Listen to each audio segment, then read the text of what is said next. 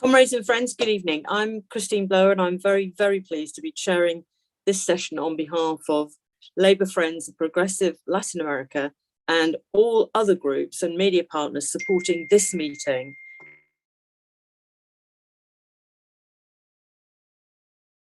And struggle for democracy. The topic of this emergency event is important to all of those of us interested in democracy, in social progress, in social justice and human rights in Latin America, and indeed, of course, internationally. We have an excellent range of speakers and video contributions from Peru, which will describe in more detail the current situation in Peru, which is of deep concern. An elected president, as I'm sure you all know, is in jail. Protesters for democracy are being killed and injured, with a further massacre taking place earlier this week, and there are no signs of the new elections for which the population is calling. Speaking out in international solidarity is therefore absolutely vital, and our role this evening is to learn more about what's happening in Peru and to pledge ourselves precisely to provide that international solidarity. Do have a look and take note of all the links being posted by Labour Friends of Progressive Latin America in the chat, including donating to the work they're doing on Peru and of course, very importantly, signing and building the solidarity statement, which is being launched from this meeting today. So we have 3 videos and we have 3 speakers, as well as some people who will talk a little bit about Labour Friends of Progressive Latin America. I'm going to introduce everyone as they come up. And the first is a video presentation from Indira Huilca, who is a former congresswoman in Peru. She's a prominent campaigner and trade unionist, and she'll be giving a short overview of the current situation from Peru for us.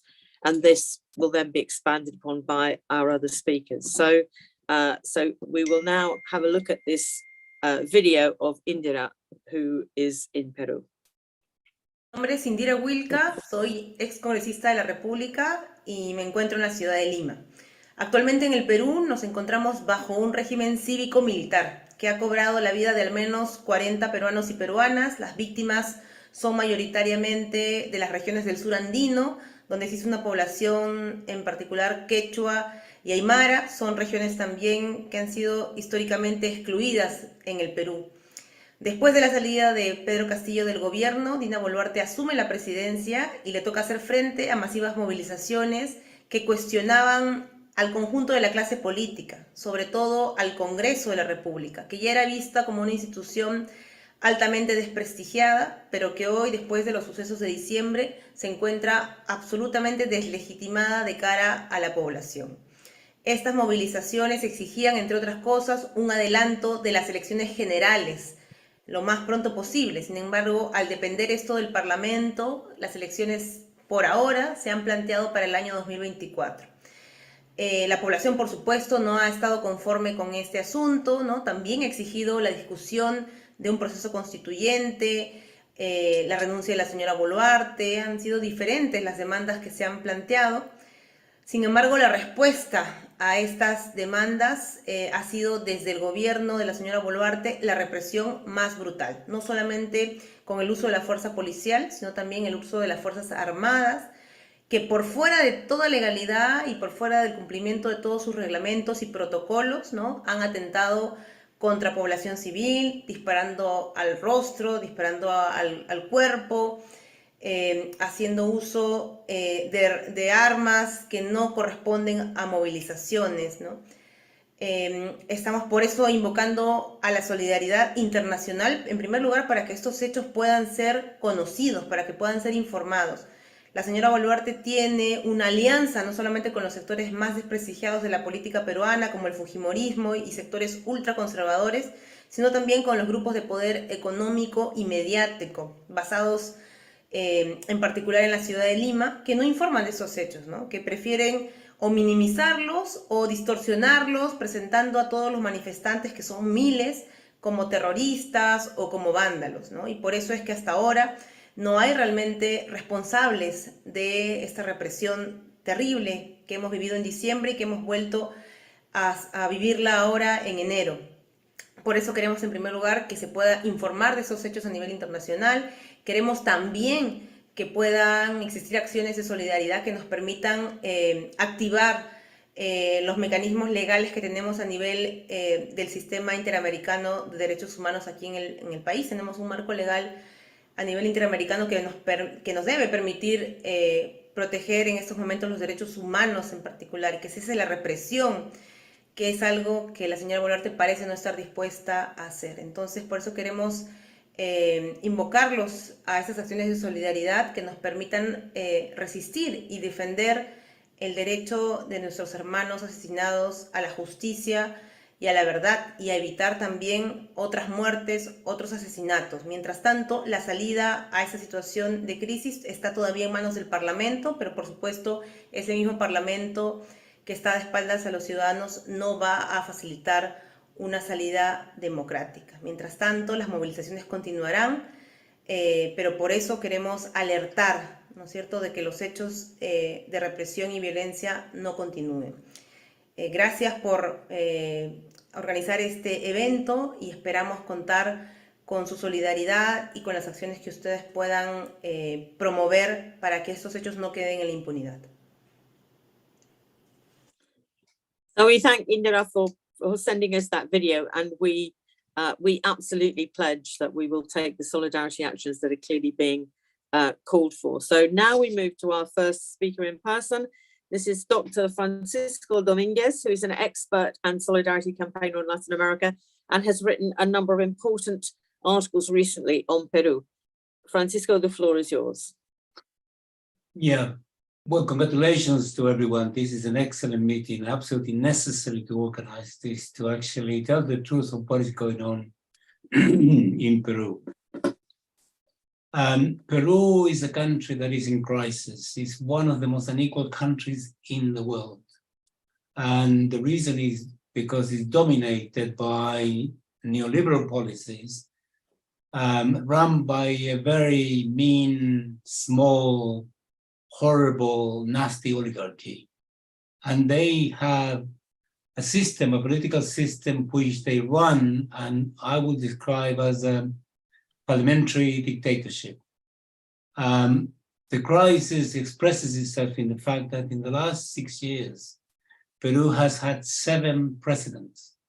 So from their point of view, somebody such as Pedro Castillo, a rural primary teacher from the highlands, from the Sierra, from the north, Cajamarca, being elected president, they saw this as an affront, as a threat, as a really problematical thing.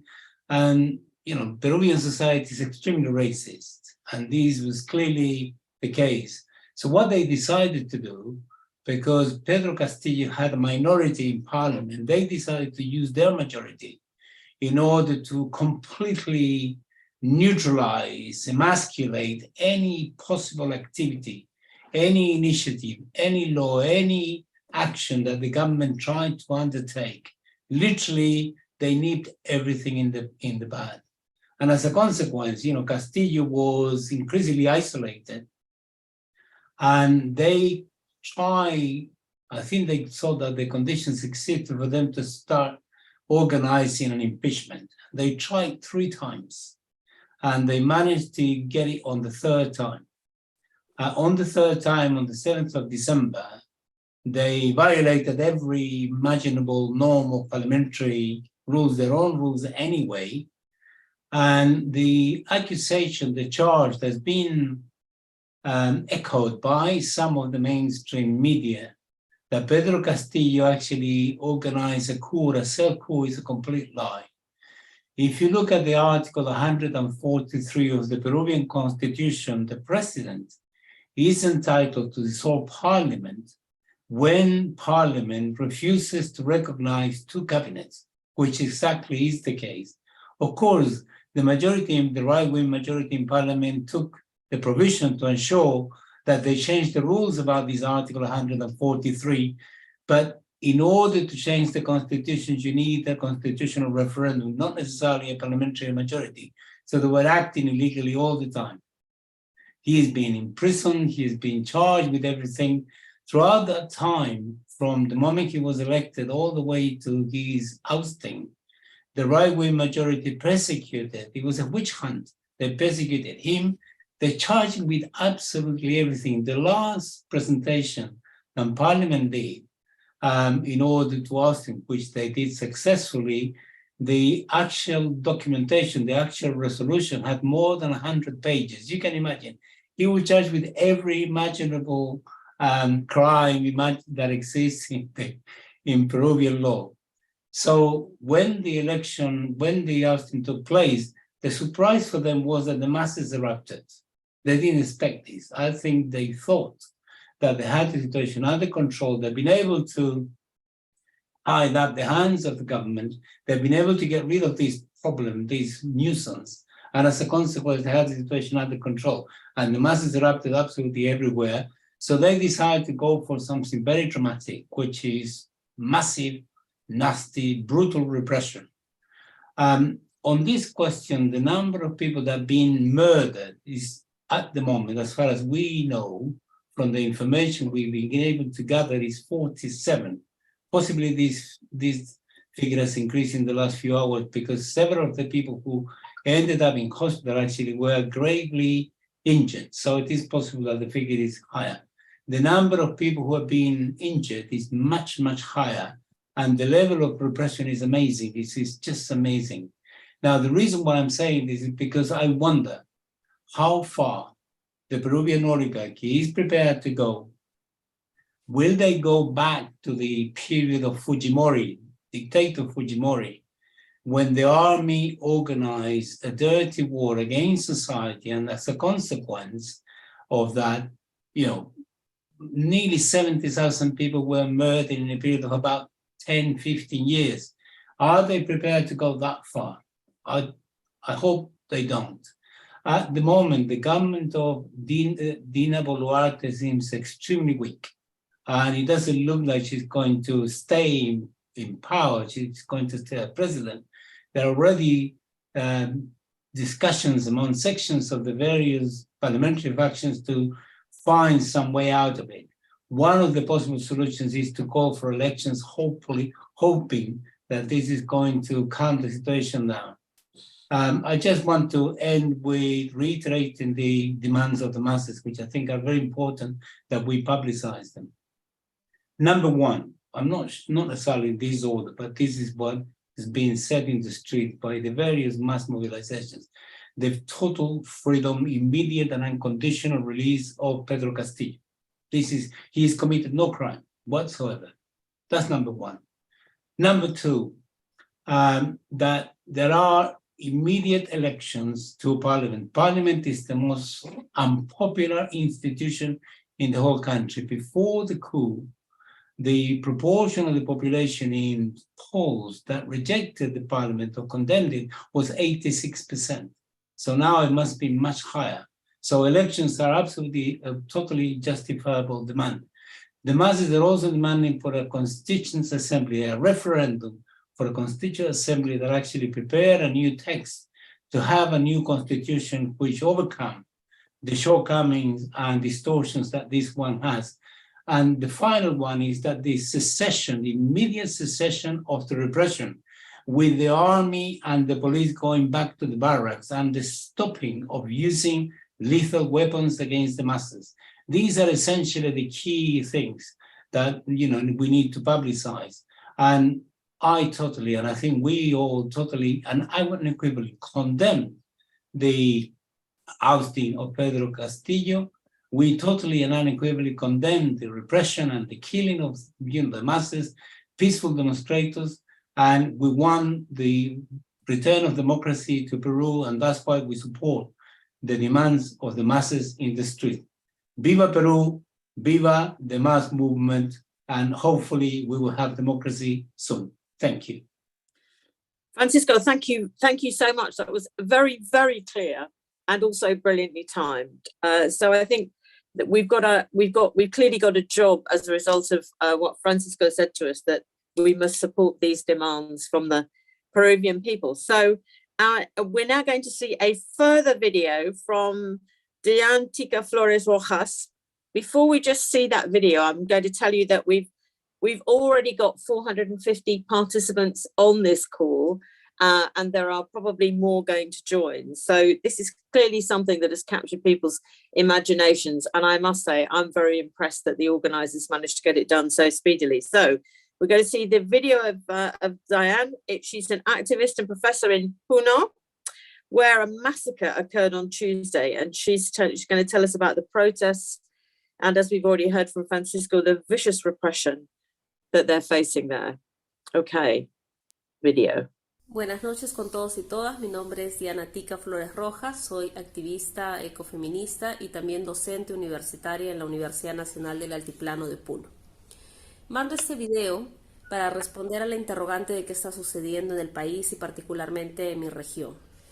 Una región que ha resistido por mucho tiempo la exclusión del Estado, por mucho tiempo que no se garanticen nuestros derechos fundamentales y que en este momento también está sufriendo la violencia del Estado de manera estructural. No estamos hablando de hechos aislados, estamos hablando del uso de las armas contra la gente, contra la ciudadanía, de una manera totalmente desproporcionada y hasta con alevosía, porque los registros, porque los testimonios, porque las comunicaciones que hemos tenido con los familiares también de los heridos que en este momento estamos tratando de acompañar, todo eso nos deja en evidencia de que en realidad están disparando al rostro, no se están garantizando. Okay, can we get that back?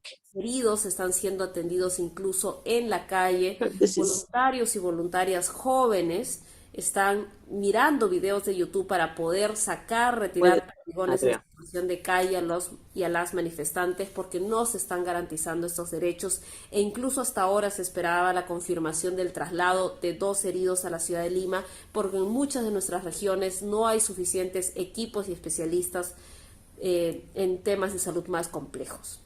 Lo que está sucediendo en el país es que se nos está negando a los pueblos del sur ejercer el derecho a la protesta y a querer gobernar con nosotros y nosotras.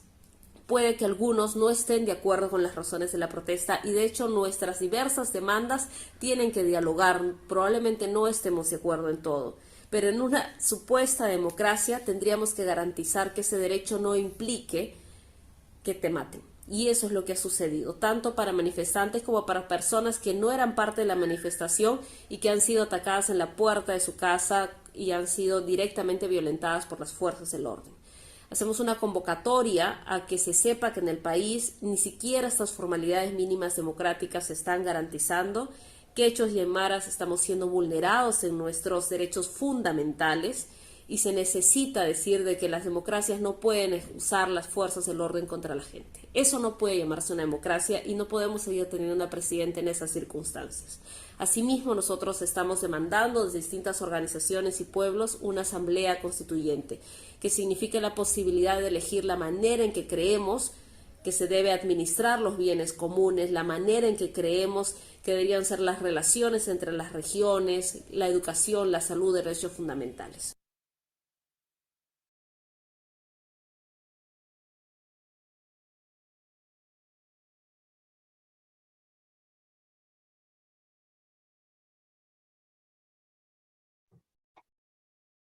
I think Christine's connection has cut off there, so I'm going to quickly fill in until our esteemed chair rejoins us. Welcome everyone to the call and welcome Jeremy to the call. Our next speaker is a few campaign announcements and a plug from Logan from Labour Friends of Progressive Latin America. Over to you, Logan. Thank you, Matt. Sorry, comrades. As we've heard from all of our speakers, and especially from Francisco, we couldn't be meeting at a more pivotal time for Latin America and our movement solidarity with Latin America. We have seen attacks from the far right in Bolivia, in Brazil, and unfortunately successfully in Peru. And it's for that reason that we in Labour Friends of Progressive Latin America are trying to seek to even build our support for them even further. And we're launching a new campaign as part of our support for Peru. And to help us with that, we're asking for £1,000 worth of donations. We're already up £300 into that. So all we need is 70 people to donate £10 and then we can hit that target and we can continue to build our support for the people of Peru even further. So as Sam, our regular sort of shout out and donation king says, he always has two things for you. In this case, I have three things. I want you to donate. I'd like you to donate as much as you can afford to. Obviously, we're aware there's a cost of living crisis. Every little thing you can give will really help us to build up that movement of support for Peru. We want you to sign the link for the statement below to show that we have, show the people of Peru that we have as much support here in Britain as possible. And then that third thing, again, I want you to donate again as much as we can. We really need to build our movement here. It's such a key time for Latin America. I hope you join in, like me, will enjoy the rest of the call. Thank you, comrades. Hi, Logan. Thank you very much. I dropped out for a while there. That's never, ever happened to me before. So that's, you know, throughout all those Zoom calls in lockdown. I don't know whether everyone managed to see the end of the video. Can we move now on to our next video? Is that where we need to go? Can someone tell me? Are we going to look at the video of Natalia Arce, who is an activist and teacher in Juliaca, giving us a perspective direct from Peru, in particular from the women's and environmental movements?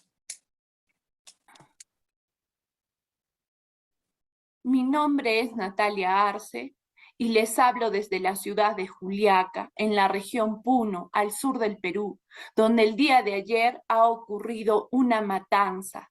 El día 9 de enero del 2023, la represión policial desplegada por la presidenta Dina Boluarte ha acabado con la vida de 17 personas, inocentes, algunas de ellas que incluso ni siquiera estaban en los lugares aledaños donde se daba la protesta y el enfrentamiento entre manifestantes y policías.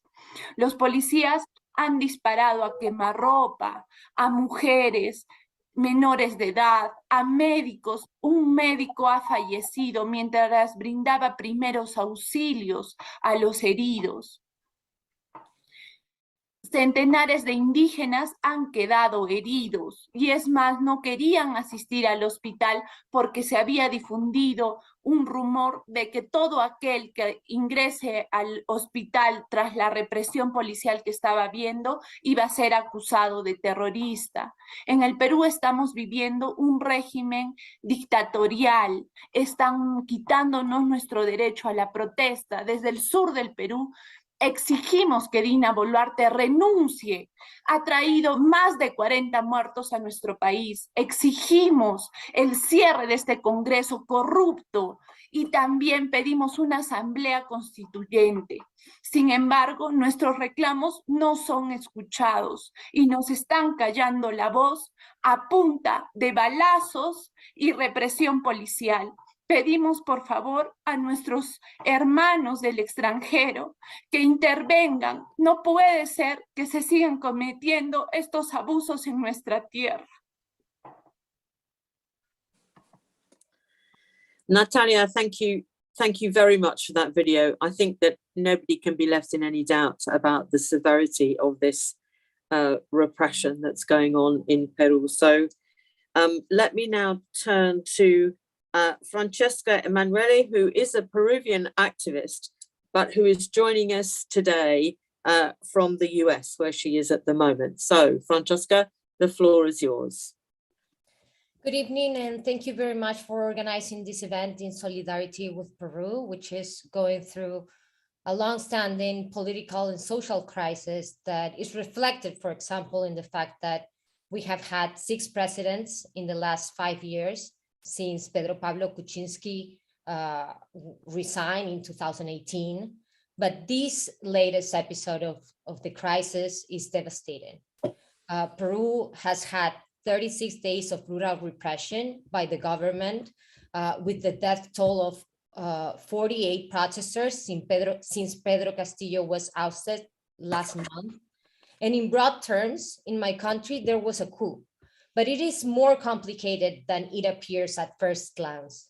I'm going to share 2 stories or 2 versions of the same story, a simple one and a more complex one. The simple one is that a year and a half ago, the popular classes and the indigenous people elected Pedro Castillo as the president of Peru. He was the first rural, indigenous, and working class president in the history of Peru, who also won on a leftist platform. The popular and rural classes were hopeful because he promised that he would reduce the social inequalities in my highly racist country.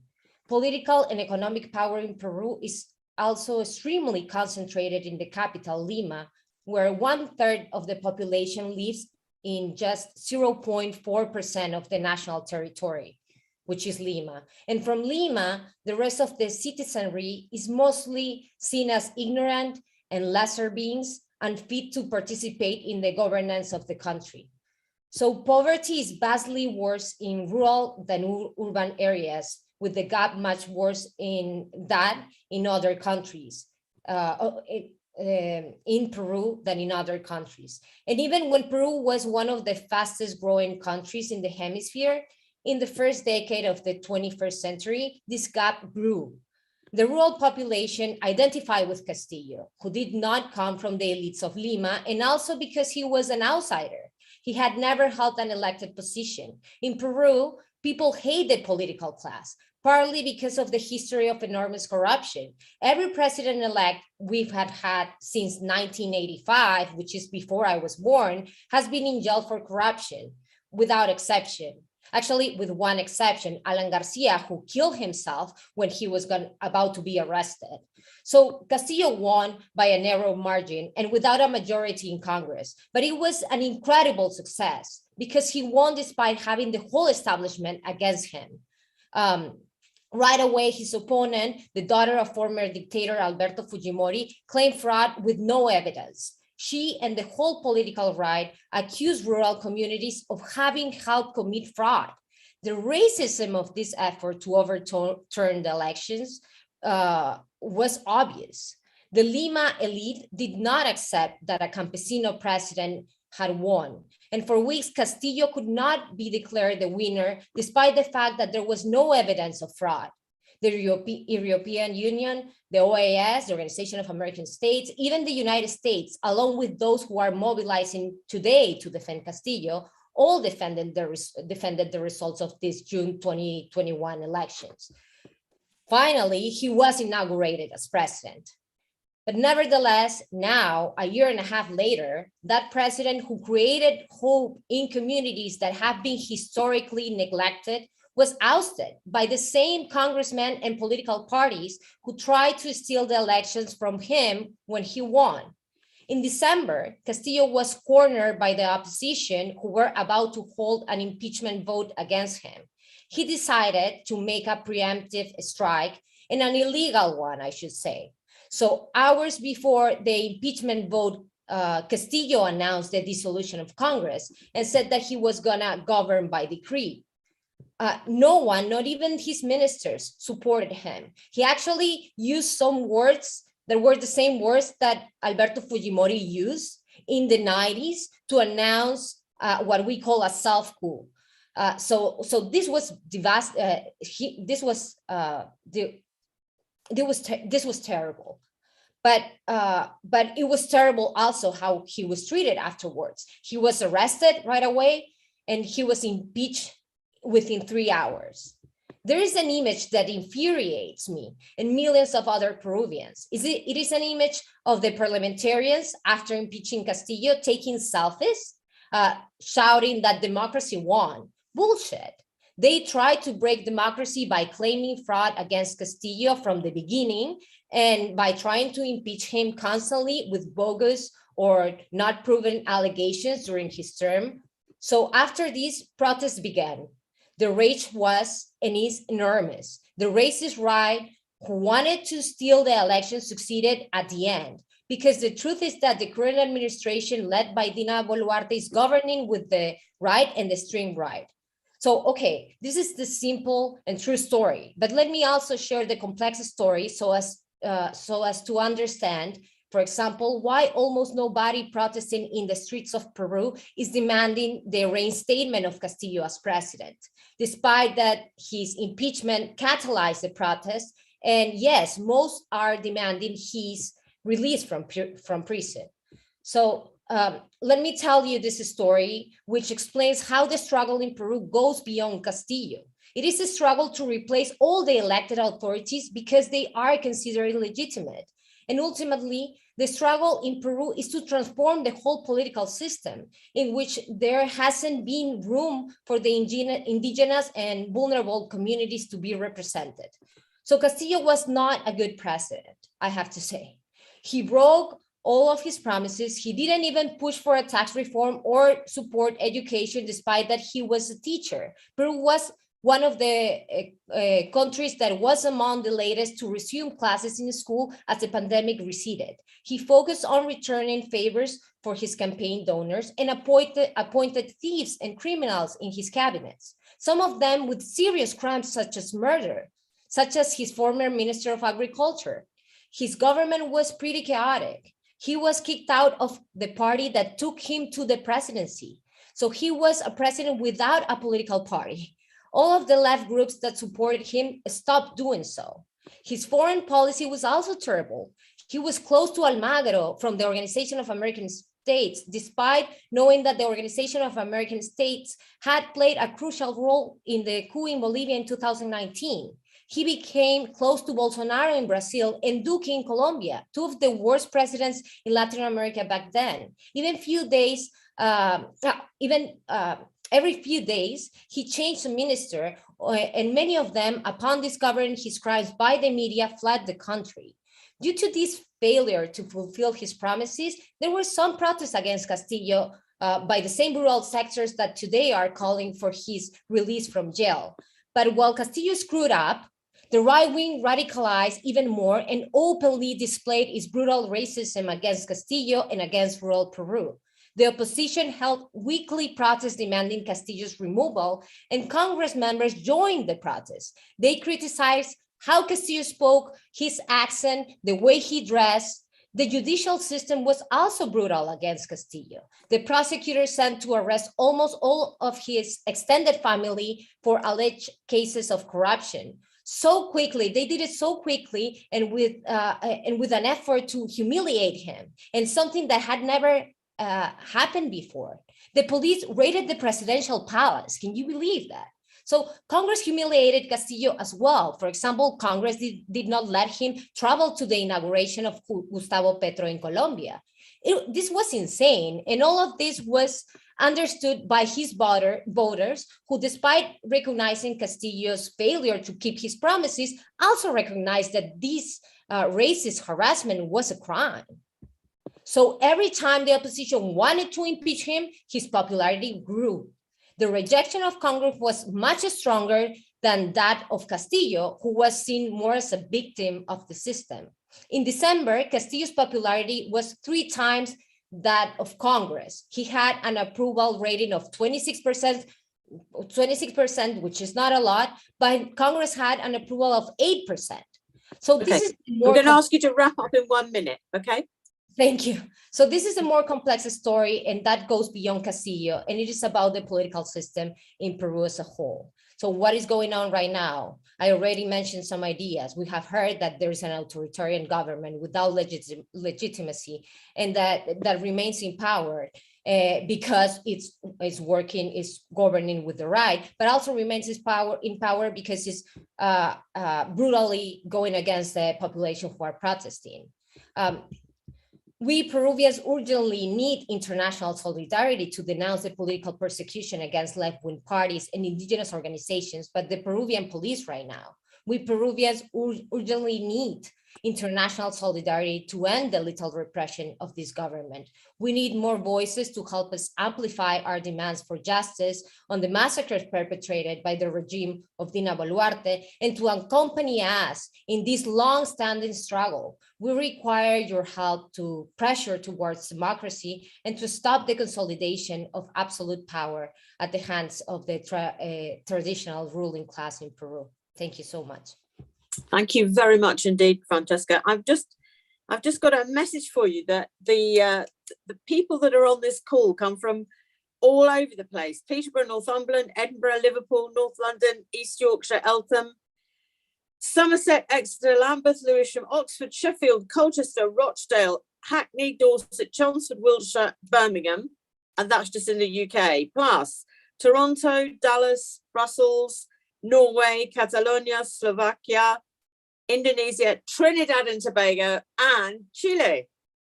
So if they're listening, then we are providing the opportunity for many people to understand how Peru really needs international solidarity, and it needs it now.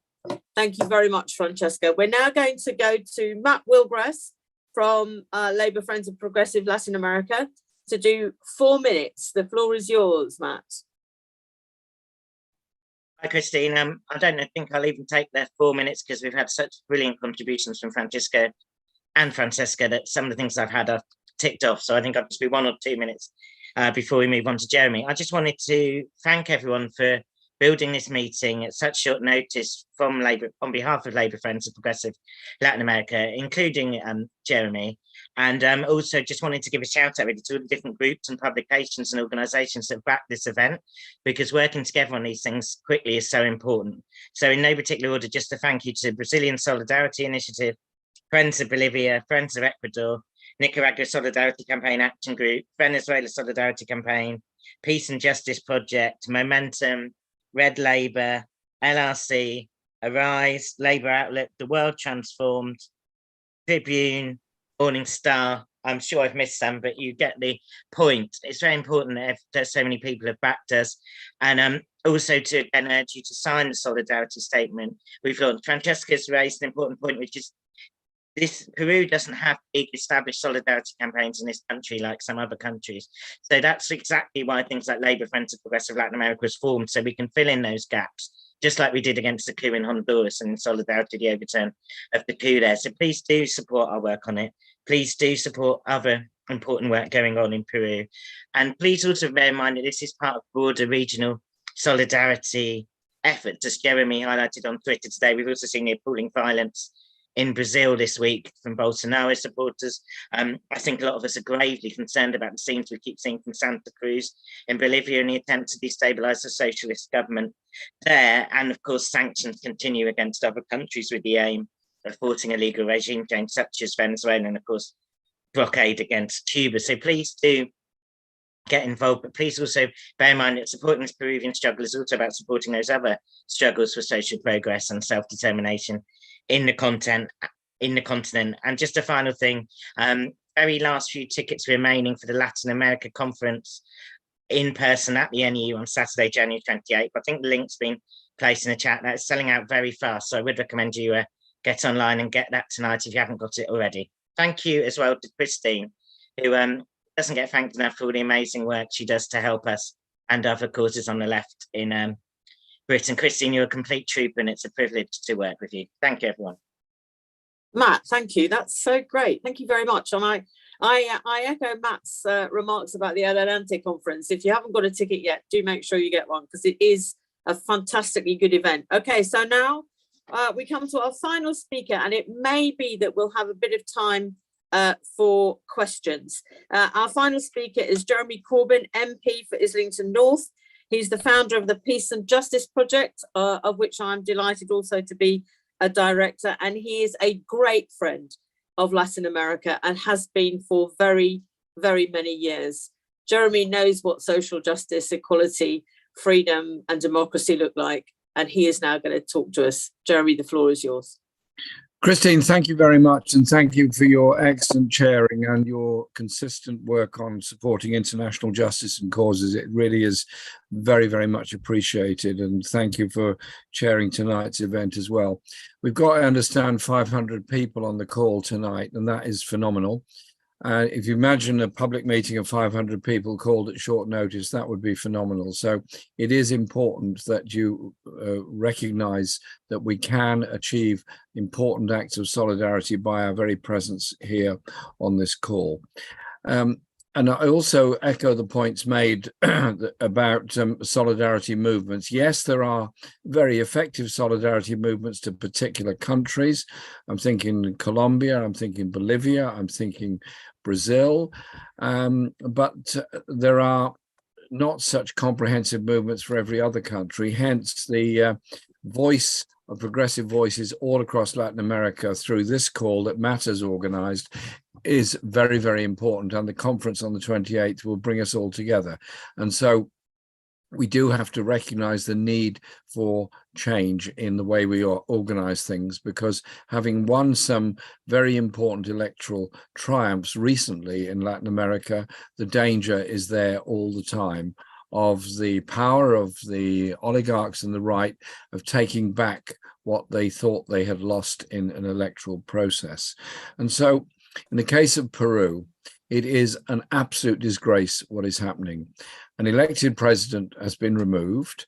The ambassador of Mexico has now been removed from Peru because he tried to visit the president in prison. The attacks that are taking place on activists, and we heard that firsthand from people in Puno that are undertaking protests, environmental protests and others, and they are being brutally attacked by the police and other forces. That is what progressive people in Peru are up against at the present time. So our solidarity is with them, and it's very important that we get that voice out, because our media in this country do not routinely report very much of what goes on in Latin America. They don't seek to understand or report the struggle that people are facing in Latin America, and much less do they report the actual social progress made by those progressive governments. But then you have to boil it down and ask, well, what is it that the right in Peru are so worried about? Essentially, it is the loss of their own power. They've had it their own way for a very long time. The massive levels of inequality that exist within Peru, the power of the biggest landowners and the biggest mining companies and the biggest exporters is absolutely enormous. The poverty of the poorest people is there. But there's also many other dimensions to this stratification of society. It's racial, it's linguistic, it's gender. It is that the poorest people, particularly women from minority languages or non-Spanish speaking languages, perhaps more accurately said, are the ones who suffer the most. And so the hope that was there in that electoral triumph is something that the right cannot tolerate. Now, we've seen a similar process happened in Bolivia when the government was removed. The government was removed by a process of lawfare, and MAS fought back against that. And again, the government of Mexico came to the rescue in saving life by giving people a place of safety and sanctuary. And then the election eventually resulted in the re-election of the Movement for Socialism government. But it's not over yet. There are very strong moves against the government, as we've seen in Santa Cruz and other parts of Bolivia. And so our solidarity has to be with them all the time, in that watchword of the importance of taking action all the time to show solidarity. And I was in Colombia for the presidential election, the first round, and I was impressed with the organization behind the campaign, and I was impressed by the number of young women who were voting in the first round, and obviously in the second round the numbers of people voting for the left candidate increased, and we won that election. But an assassination attempt on Vice President Francia this week is a sign of just how dangerous the situation is, just how the power is of those people who want to deny the people of Colombia, for the first time, a progressive government that wants to redistribute power and wealth, that wants to redistribute land, that wants to have an environmentally sustainable Latin America. And I have to say, the golden thread that runs through all of the campaigns in every country is actually environmental. It's not a luxurious add-on to politics. It's absolutely central and fundamental. People in cities need clean air. They need clean water. They need decent quality food. People in rural areas need land and clean water and don't need to be exploited. Deforestation affects the climate and affects the livelihoods of people.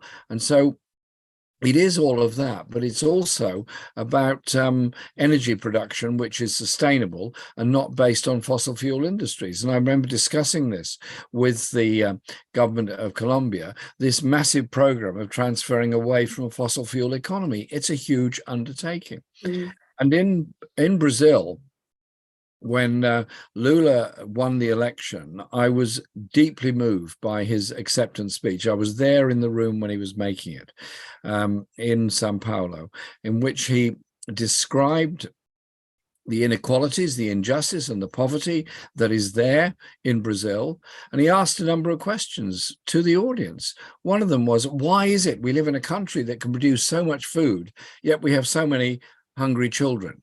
Why are we exporting soya all around the world and leaving our own children to starve?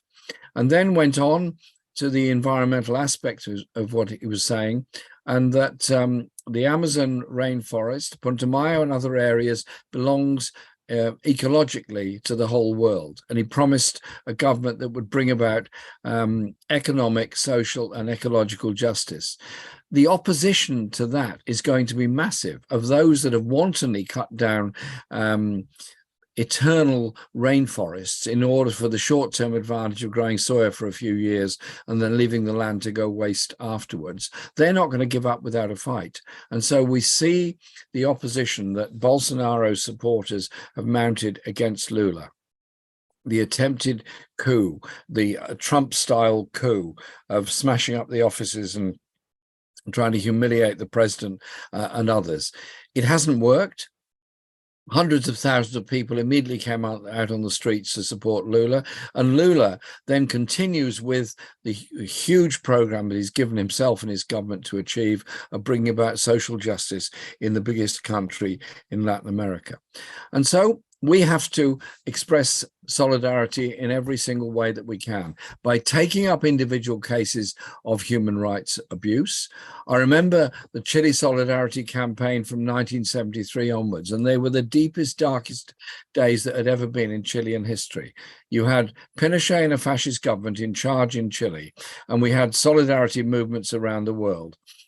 People's spirits were kept up by music, by art, by culture, by solidarity, and by taking up individual cases of human rights abuse, in the case of Chile, through the Vicaría de la Solidaridad. And so it is the way in which we mobilize ourselves. So the 28th conference is an important day to learn as much as we possibly can about the struggles in each and every one of the countries, to understand the reality of the power structures across Latin America, the interest of the very biggest businesses, the interest of the very biggest mining companies, and the poverty of the poorest people.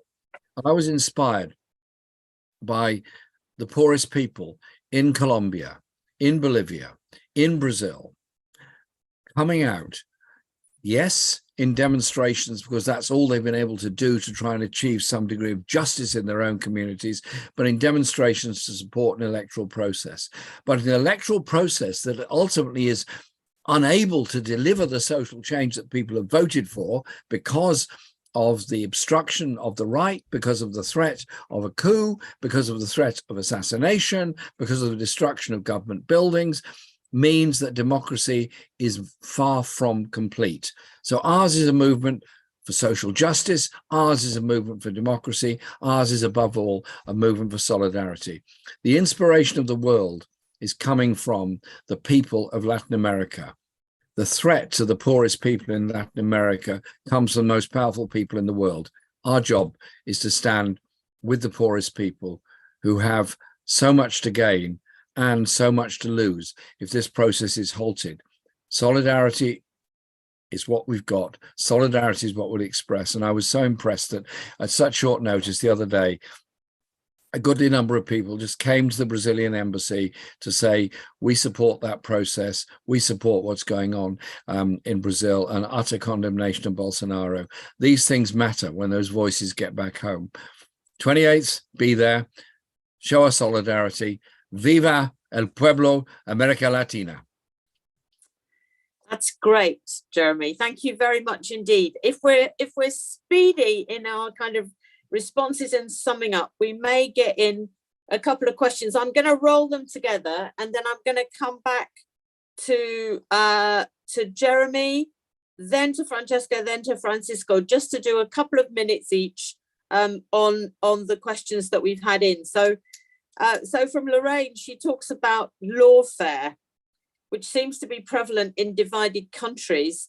And is it more or less everywhere at present, she says. And another question, which is, if there is a general election in Peru, will the oligarchs be able to do the same thing and stop any ability of the left to govern and to change things? So I think we're looking for some words of hope from what it is that we might be able to do in the face of these terrible things. I'm going to come back to you, Jeremy, then Francesca, and then to Francisco to round up.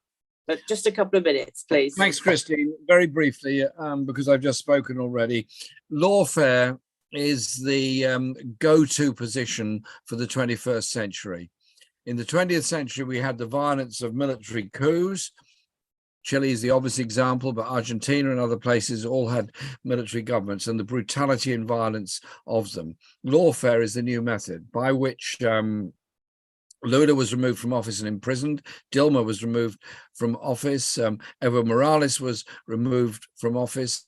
And it is the threat of tying up people in quasi-constitutional attacks. It is in some ways harder to fight back against because it creates such confusion. So you have to spell it out for what it is.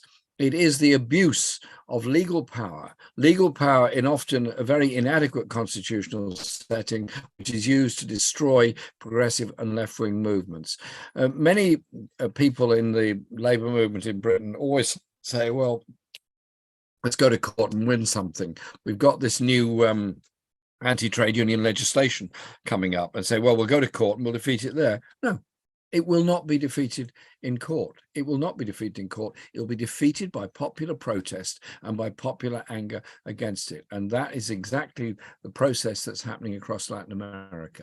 Now, Peru, if an election comes up, there's going to be obviously an enormous interest in that election. There's going to be an enormous amount of money available for right-wing candidates, and there's going to be a need for us to give all the support we can to popular candidates and popular movements in rising up against that unconstitutional and unfair power so that they can win back.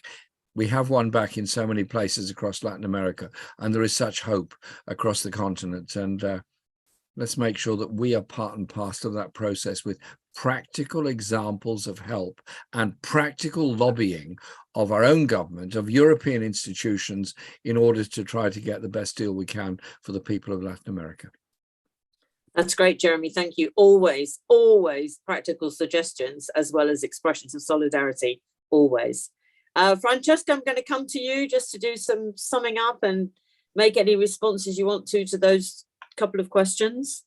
Lawfare is super important because it was used in order to push many impeachment votes against Castillo, and now the abuse of the legal power through the figure of Castillo, who is in prison illegally because he shouldn't be, he should be released, is being used to punish the left. So it is important to pay attention to how lawfare is used. The second question about if there's going to be an elections and if the left can win in Peru, supposedly there are going to be elections in 2024. Unfortunately, the system of Peru has been built in a way that is almost impossible for social movements and leftist movements to register as a party. The requirements are enormous. So at this moment, we have 12 parties registered, and only one supposedly is from the left, but all the other ones are from the right.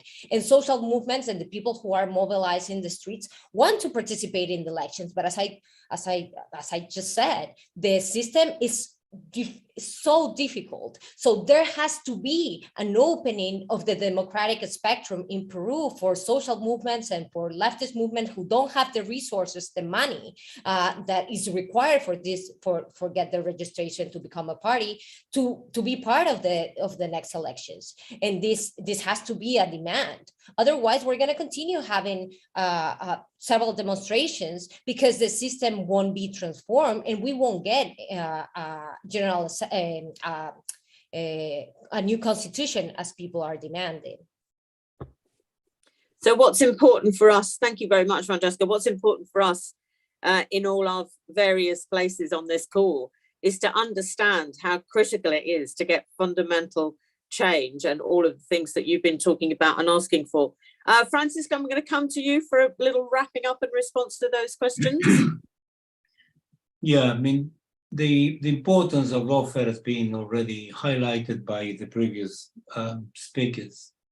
I think it's a question of the left in some left-wing governments in some Latin American countries haven't transformed or reformed the state sufficiently to minimize that danger.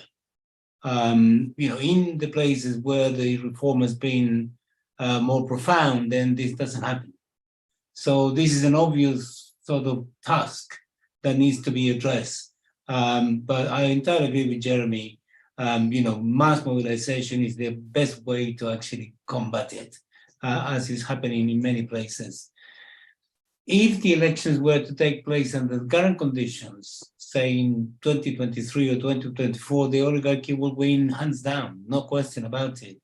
There are already proposals in parliament by the right wing that any party that proposes to fight against neoliberalism will not be allowed to field candidates, or any party that proposes a constituent assembly will not be allowed either, and so on and so forth. So the crucial question is this. I mean, I've been discussing with some comrades in Peru, and they tell me elections are important, but they're not decisive. Obviously, it's an important demand. The crucial question is to struggle so as to get the position to have a constituent assembly. That's the key. Once you are in a position to give this solution to the crisis, then I think the masses can really, start to actually implement what they want, including their immediate demands plus the transformation of society, which is absolutely needed. And in terms of solidarity initiatives, anything that they demand should be supported by us. We should publicize it, and we should look towards the presidents of Latin America, particularly on the left, that are taking all sorts of initiatives through their, multinational bodies such as the Commonwealth of Latin American and Caribbean States, CELAC, and any other, which are already beginning to take shape. We must link up with them because we can win this one. The mass movements are in the streets and on the move, and the government is isolated, and everybody knows what they're doing, and they cannot sustain what they're doing. So this is not untenable. This is not tenable from the point of view of what they're trying to do. They will fail, but we must ensure that we do everything in our power to help. Francisco, thank you. Thank you very much indeed. Well, look, comrades, I think this has been a brilliant meeting. Thank you so much, all of you, for attending. And on your behalf, I thank all of the speakers and indeed those people who sent in videos. It's, that people have suffered death, injuries, human rights abuses. The post-coup regime in Peru must be brought to justice, and we have to stand with them internationally for all the Peruvians who are fighting for democracy. So we've heard some things that we can be doing. It's not going to be won in the parliament. It does require mass mobilization. It does require those of us to take to the streets and take to all the fora that we can to make sure that everybody understands how serious the situation is for our friends and comrades in Peru. So I hope you will follow Labour Friends of Progressive Latin America on social media, that you sign the statement on Peru, and that you donate insofar as you are able to the important ongoing work in line with what we've been doing today. So thank all of you for being here.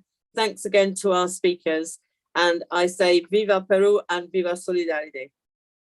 Thank you very much.